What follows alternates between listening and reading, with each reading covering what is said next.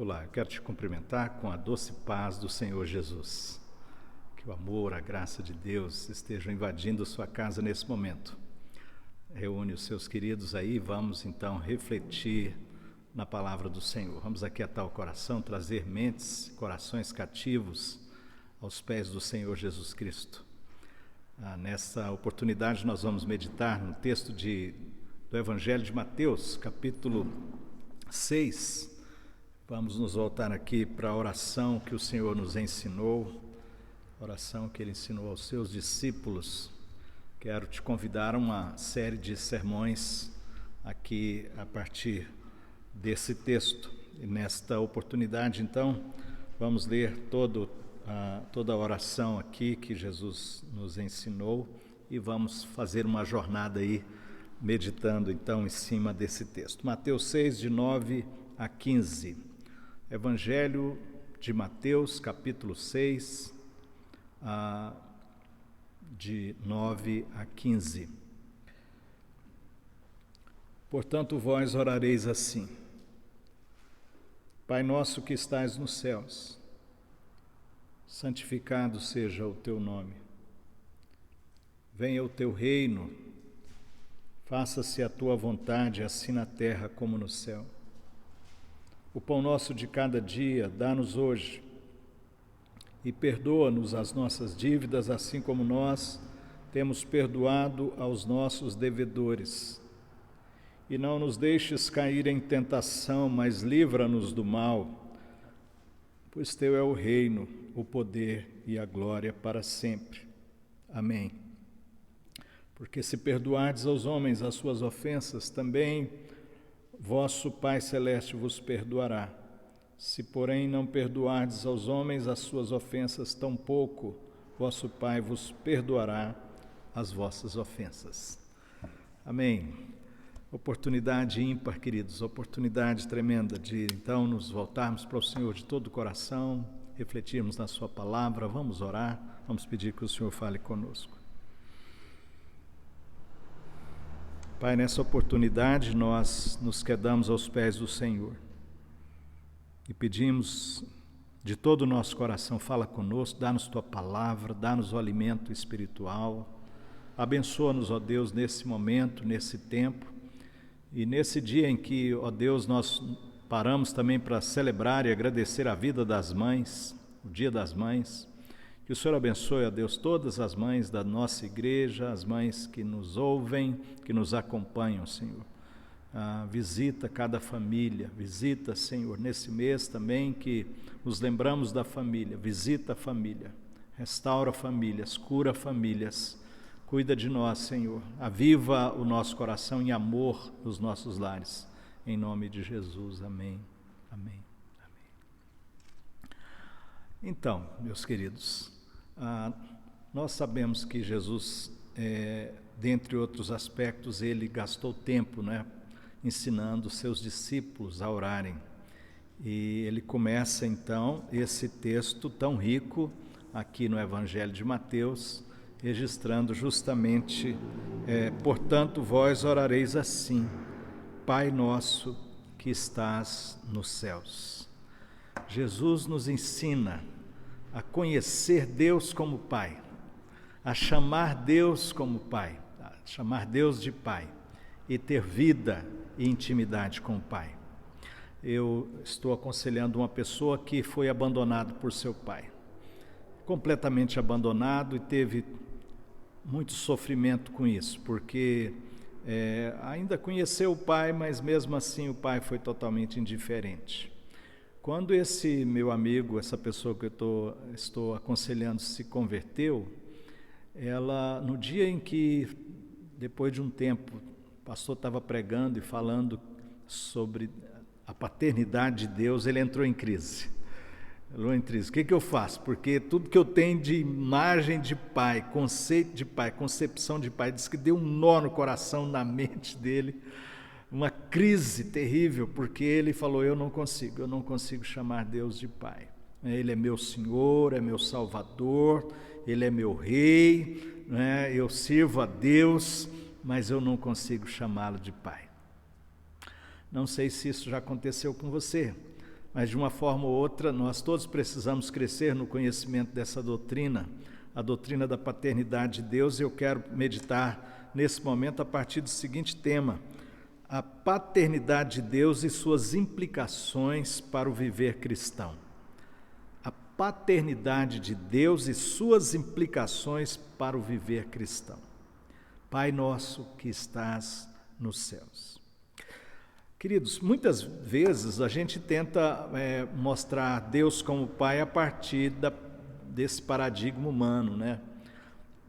E aí acontece como esse meu amigo que teve toda essa crise. Mas nós devemos pensar ao contrário, que Deus como Pai é que deveria ser o padrão para nós como pais humanos, e não pais humanos como um padrão para olharmos e compreendermos a paternidade de Deus. Muito antes do homem, Deus é Pai, Deus é Pai. E pensar em Deus como Pai, as implicações para o nosso viver cristão, exige de nós olharmos para o Antigo Testamento primeiramente, e eu quero olhar com você de forma assim, muito abreviada, olhando para o texto de Isaías 63, versículo 1, Isaías 63, versículo 1, quando o profeta aqui nos fala de Deus como Pai no Antigo Testamento. 63, 1. Quem é este que vem de Edom, de Bósra, com vestes de vivas cores, que é glorioso em sua vestidura, que marcha na plenitude da sua força? Sou eu que falo em justiça, poderosa para salvar. Parece me confundir um pouco aqui, capítulo 64, versículo 8. Mas agora, ó Senhor, Tu és o nosso Pai. É esse versículo aqui mais especificamente. Mas agora, ó Senhor, Tu és o nosso Pai. Nós somos o barro, e Tu o nosso oleiro, e todos nós obras das Tuas mãos. Mas agora, ó Senhor, Tu és o nosso Pai. Então, no Antigo Testamento, Deus é visto muito, né, como Senhor, como o Eterno, como o Deus de toda glória, o Deus de todo poder, o Yahvé, o Jeová, não é?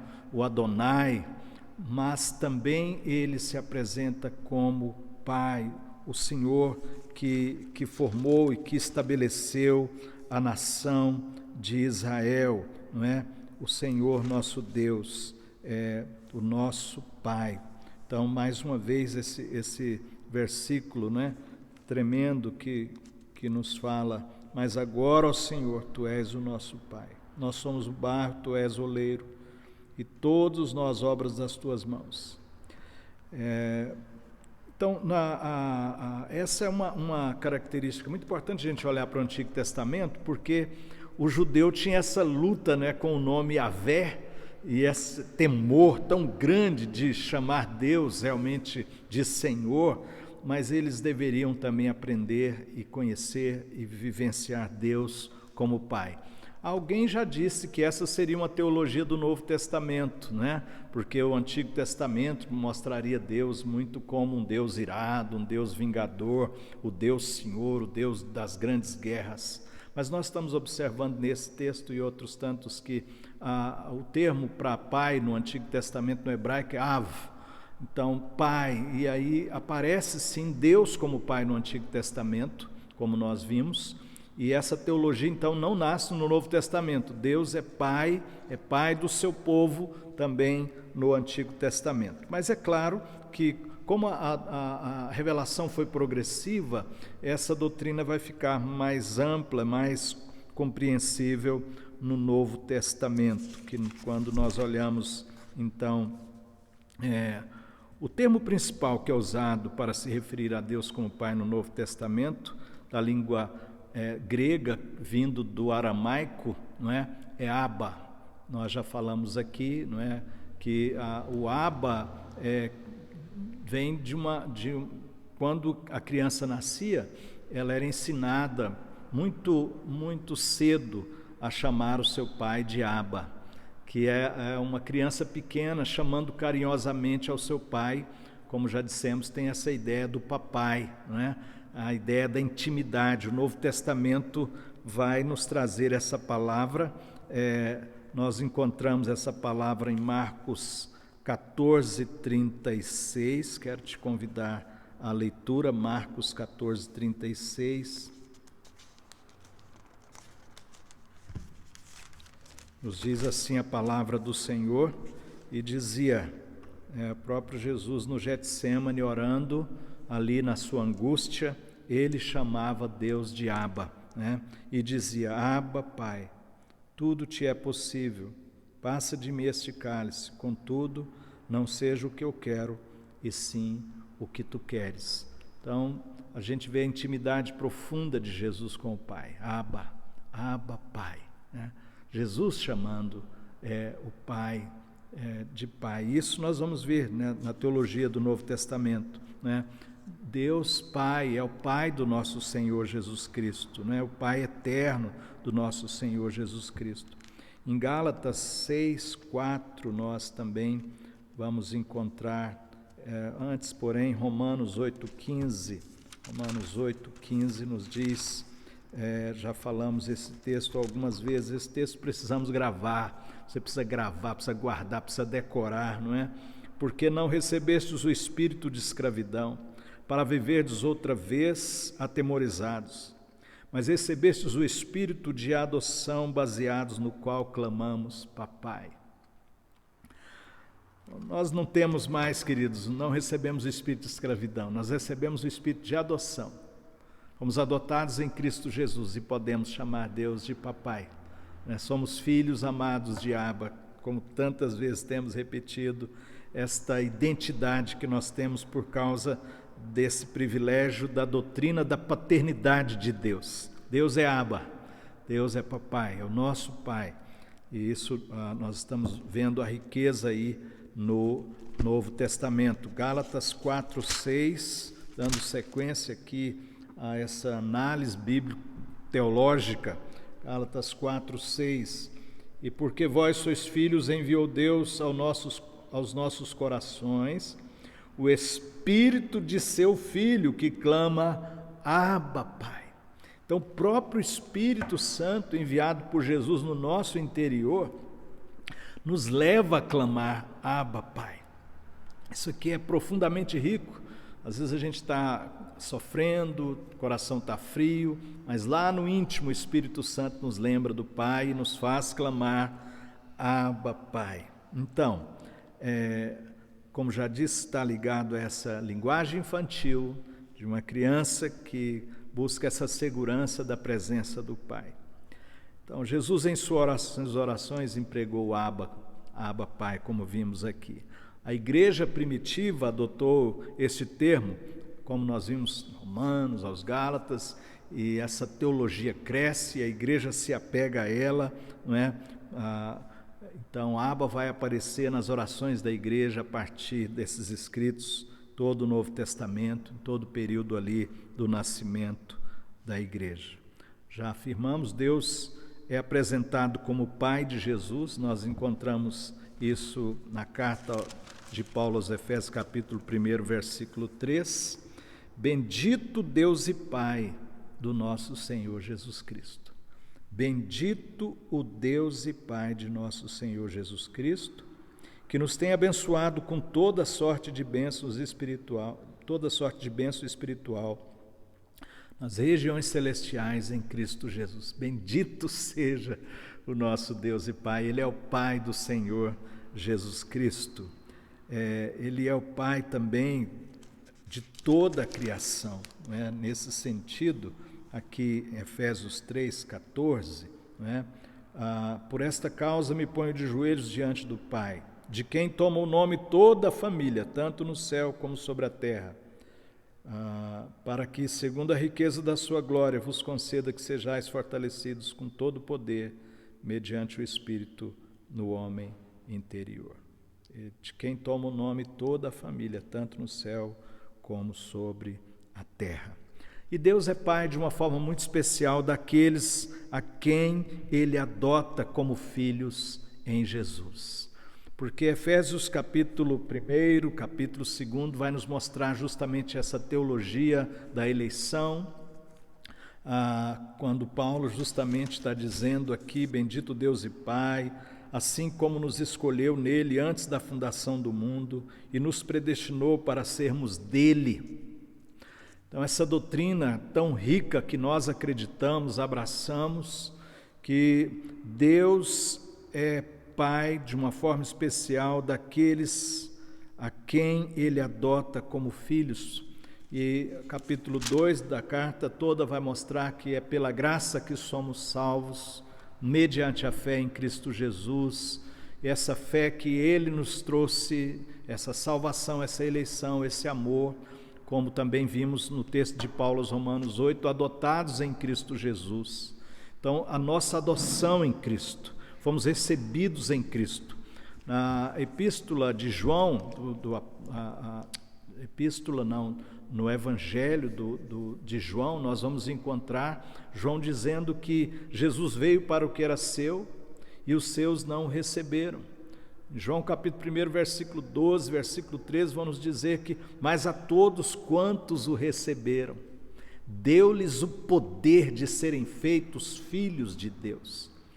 Então, igreja querida, todos somos criaturas de Deus, mas nem todos são filhos de Deus no sentido de salvação, redenção, essa relação íntima redentora que nós temos com o Pai, ela vem de um receber Jesus como Senhor e Salvador, mas a todos quantos o receberam, deu-lhes o poder de serem feitos filhos de Deus, a saber, aos que creem no seu nome. Crer no nome de Jesus, amar a Jesus, receber Jesus, movidos pela teologia da eleição, pela graça da eleição, movidos pelo Espírito Santo, movidos pela graça, nós recebemos a Cristo e nos tornamos então filhos adotados em Cristo Jesus. Jesus é o Filho eterno do Pai e nós somos filhos adotados em Cristo Jesus. Por Ele temos vida e temos vida com o Pai. Então, é muito importante ter essa percepção bíblica e teológica, para que você não fique brigando com Deus. Antes, pelo contrário, que você abrace o Evangelho, que você abrace a graça, que você abrace a Cristo e que você tenha Deus como seu Pai, o Redentor, o Salvador, aquele que te redime das trevas, das amarras, da escuridão, da condenação eterna em Cristo Jesus. Ele é um Pai glorioso e santo. João capítulo 17, na oração do Senhor Jesus, nós observamos aqui o Senhor destacando algumas características, atributos do nosso Pai, não é? Que aqui de uma forma sucinta observamos, né? Versículo 5 nos diz: agora glorifica-me, ó Pai, contigo mesmo com a glória que eu tive junto a ti antes que houvesse mundo.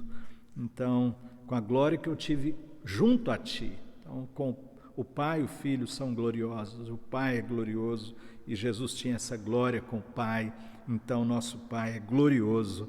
E Jesus continua dizendo aí, manifestei o teu nome aos homens que me deste no mundo. Eram teus, tu os confiaste, eles têm guardado a tua palavra. Agora eles reconhecem que todas as coisas me tens dado, tudo provém de ti, porque eu lhes tenho transmitido. E no versículo, ainda no capítulo 17, no versículo 11, já não estou no mundo, mas eles continuam no mundo, ao passo que eu vou para junto de ti. Pai Santo, Pai Santo. Então ele é o Pai glorioso, é o Pai que também é santo, santíssimo. Versículo 25, ainda de João 17, Pai justo, ele é Pai justo. Pai justo, o mundo te conheceu, o mundo não te conheceu, eu porém te conheci, e também estes compreenderam que tu me enviaste. E aí nós vamos encontrar desses atributos maravilhosos do Pai, não é? Nós vamos encontrar em Lucas que ele é um Pai misericordioso, nós vamos encontrar em Mateus que ele é Pai gracioso, né? Que ele é um Pai fiel em todas as suas promessas. E eu quero ler então Deuteronômio 7, 6 a 9, quando fala desse Deus que é um pai fiel. Porque, queridos, um dos problemas de olhar para os pais desse mundo é que nós somos falhos. Às vezes somos infiéis, às vezes abandonamos, às vezes traímos, às vezes machucamos nossos filhos. E Deus jamais vai deixar de ser bom, justo, misericordioso e fiel. Ele não muda. Por isso esse texto é muito importante. Deuteronômio 7, 6 a 9, nos diz aqui a palavra do Senhor. Porque tu és povo santo ao Senhor teu Deus, o Senhor teu Deus te escolheu para que lhe fosses o seu povo próprio de todos os povos que há sobre a terra. Não nos teve o Senhor afeição, nem nos escolheu porque fosseis mais numerosos do que qualquer outro povo, pois éreis o menor de todos os povos, mas porque o Senhor vos amava, e para guardar o juramento que fizera a vossos pais, o Senhor vos tirou com mão poderosa e vos resgatou da casa da servidão do poder de Faraó, rei do Egito. Saberás, pois, que o Senhor teu Deus é Deus, e Deus fiel, que guarda a aliança e a misericórdia até 1000 gerações aos que amam e cumprem os seus mandamentos. Ele é Deus fiel, que guarda a sua aliança. Nós somos filhos que estamos debaixo de aliança eterna. E Deus é nosso Pai, é um Pai fiel. As promessas dele jamais vão deixar de se cumprir. Na verdade, ele vela por suas promessas. Esse é o nosso Pai. Quais são as implicações dessa doutrina, dessa teologia tão rica para nós? Hoje, inclusive, estamos celebrando os Dias das Mães, que então pensamos em nós pais, pensamos nas mães. Eu quero dizer para você, mãe, primeiramente. Primeira implicação para você e para nós, como seres humanos, mas assim, de uma forma muito específica, aplicando para você, mulher, mãe, serva de Deus, filha amada de Abba. A primeira implicação é isso mesmo, que você tem um pai. Que você, mãe, às vezes mãe solteira, às vezes mãe num casamento cheio de conflito, você, no meio de tantos conflitos dessa nossa realidade que estamos vivendo, e você como mãe, que tem chorado, tem gemido, tem sofrido muitas vezes, saiba que o Senhor é o seu Pai. Ele tem cuidado de você, de sua vida, e nós fomos ensinados por Jesus a chamar Deus de Abba, chamar Deus de Papai. Então, entregue, minha irmã querida, suas dores, seu fardo a Jesus. Entregue tudo ao Senhor nesse dia e agradeça a Deus o privilégio de você ser mãe, mulher de Deus, para a glória do Senhor. Quais são outras implicações gerais, então, para todos nós, não é? Quando nos tornamos filhos adotivos por meio de Cristo, passamos a ter um acesso a um profundo relacionamento com o Pai. Esse relacionamento íntimo, Jesus, como Filho eterno, na triunidade de Deus, Jesus usufruía e usufrui desse relacionamento íntimo, eterno e vivo, justamente então por toda a eternidade. E quando somos adotados então em Cristo, nós somos convidados a esse relacionamento íntimo, vivo, poderoso, um Deus de relacionamento, um Deus que é Pai. Isso nos traz a segunda implicação. A obediência não é que traz a intimidade com Deus é que deve trazer uma vida de obediência. A intimidade é fruto da graça, a intimidade é fruto da adoção, somos amados, recebidos em Cristo e não trouxemos nada para apresentar diante do Pai, nem bens materiais, nem qualquer obra, qualquer ação, qualquer justiça. Então, a intimidade é fruto desta realidade de estarmos adotados em Cristo Jesus. Por isso, obediência é fruto. Não pode ser obediente para poder conquistar intimidade com o Pai. Então, a intimidade com Deus gera vida de obediência. Isso aqui é que nos livra de uma vida moralista, de uma vida legalista, fundamentalista. Isso é que nos livra de sermos religiosos, que vivem uma vida de obediência para tentar conquistar alguma coisa de Deus, então vivem com medo de Deus, aproximam-se de Deus não com intimidade, mas com a intimidade que é buscada por meio de obediência, uma intimidade extremamente vendo Deus como um Deus que é Senhor, que de fato Ele é, mas com uma barreira, não é? Que só a fraternidade de Deus, a compreensão profunda dessa teologia, e justamente por estarmos adotados em Cristo, temos intimidade. E aí sim, queridos, como filhos íntimos do Pai, nós vamos entendendo cada vez mais o coração do Pai, vamos entendendo o quanto o pecado nos afasta do Pai e quanto nós queremos ser mais obedientes, quanto mais nós queremos responder com amor. Então, o amor que recebemos, a intimidade, a graça, esse relacionamento tremendo com o nosso Pai, nos convida a essa vida de obediência.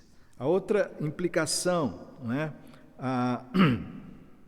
Como filhos, nós somos objetos do amor do Pai, mesmo quando estamos sofrendo. E essa é uma mensagem muito rica para hoje. Nós temos pessoas como a minha família, que ainda estamos enlutados. Nós temos, nessa semana, o Lucas perdeu um amigo muito precioso. Burton perdeu um amigo que era basicamente um irmão para ele. E nós estamos, nesses dias, então, passando por esse vale de sombra da morte. Mas deixa eu dizer uma coisa para a minha igreja, para você. Minha irmã estava, outra irmã, muito, muito aflita, sofrendo muito pela perda desta outra irmã querida.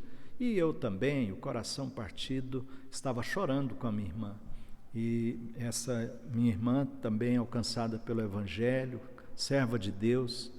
E eu disse para ela, minha irmã querida, ou nós entendemos que Deus é soberano e Deus chamou a nossa irmã para os braços dele, ou nós vamos achar que o caos ou o diabo está dominando. E eu louvo a Deus porque eu temia que a teologia, dado a igreja que a minha irmã pertence, eu fiquei com medo da teologia dela estar um pouco confusa, mas ela disse não, graças a Deus, Deus está no controle e ela está nos braços do Senhor. Deixa eu dizer para vocês que estão com luto como eu, queridos, Deus é Pai, mesmo quando está nos provando. E Deus continua sendo Pai, mesmo quando leva os seus para os seus braços. A Bíblia fala já no Antigo Testamento que Enoque era com Deus e andava com Deus e já não estava aqui porque Deus o levou para si. Jó, quando viu os seus filhos mortos e naquela dor profunda clamou, Deus deu, Deus tomou. Bendito seja o nome do Senhor. Então, nós precisamos ter essa clara percepção a despeito de que para nós é duro perder os nossos queridos. Coração sangrando, enlutado, ferido, um vazio pela ausência, mas devemos ter gratidão a Deus pela vida que teve os anos aqui e pelo fato de que aqueles que são do Senhor, eles apenas estão sendo chamados para os braços do Pai. O caos não venceu, não é o diabo que está vencendo, Deus está no controle, Ele nos prova e Ele está chamando alguns para os seus braços. E nós precisamos compreender que Ele não deixou de ser Pai, que Ele não cochila, não dorme, não vacila. Ele toma alguns para os seus braços no tempo dele, de acordo com a sua soberania, e sim, de acordo com o seu eterno e maravilhoso amor de Pai. Por último, a última implicação dessa rica doutrina para a nossa vida é que a paternidade de Deus implica que Ele continua sendo Pai que nos ama, mesmo quando nos disciplina.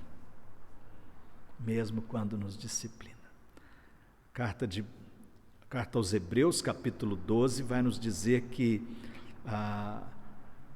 pai verdadeiro, né, que há, que não disciplina o filho que ama. Então Deus disciplina os filhos a quem ama. E a disciplina no começo não parece motivo de alegria, mas de tristeza. O que é disciplina? Justamente disciplina é trazer para o caminho correto, trazer para próximo do Pai.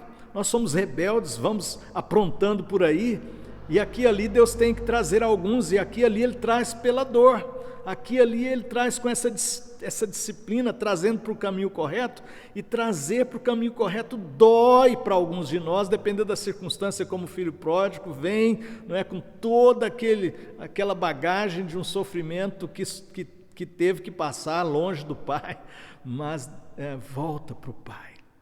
Deus não faz qualquer coisa diferente na vida dos seus filhos, Ele disciplina, prova e disciplina. Ele disciplina os filhos que Ele ama, para que nós possamos voltar a andar nos caminhos do Pai, em vida de amor, obediência e temor ao Senhor. Que o Senhor renove a nossa fé nesses dias. Que o Senhor renove pelo Espírito, como Paulo escrevendo aos Gálatas, essa palavra que o Espírito no nosso interior está gemendo: Abba, Abba, papai, papai. É tempo de clamarmos a Deus, de buscarmos essa intimidade com Deus, de renovarmos essa intimidade com o Pai, chamando Deus de Abba, derramando nossas lágrimas, nossas dores, nossas aflições, diante de Deus que é Abba, que Jesus nos ensinou a chamar Deus de papai. Obrigado, Jesus. Obrigado, Senhor Jesus, por nos ensinar a chamar Deus de Pai, porque temos um Pai. Pai que nos ama, Pai que nos protege, Pai que é misericordioso, que é justo, que é santo, que nos adotou em Cristo Jesus e que nos dá o Espírito de adoção pelo qual clamamos: Papai, Abba, Pai. Ó Senhor, ensina o nosso coração para compreender também que Tu és um Pai que chama os Teus filhos e leva os Teus filhos para o Senhor. Em meio à pandemia, em meio a outras circunstâncias, consola o nosso coração, conforta o nosso coração, renova a nossa fé. E ensina-nos também, Pai, que Tu és Deus, Pai, que ama, quando também o Senhor nos disciplina. Tenhamos um coração dócil para ser ensinado, disciplinado, para termos esse retorno a essa intimidade com o Senhor. Ó Deus, dá-nos essa fé, dá-nos esse renovo. Tu és o nosso Pai. Nós nos entregamos a Ti, em nome de Jesus. Amém. Amém. E que a graça do nosso Senhor Jesus Cristo, o amor de Deus, o nosso amado e eterno Pai, e que as consolações e que a comunhão do Espírito Santo sejam com todos vós, com todo o povo de Deus espalhado pela face da terra, agora e para sempre. Amém.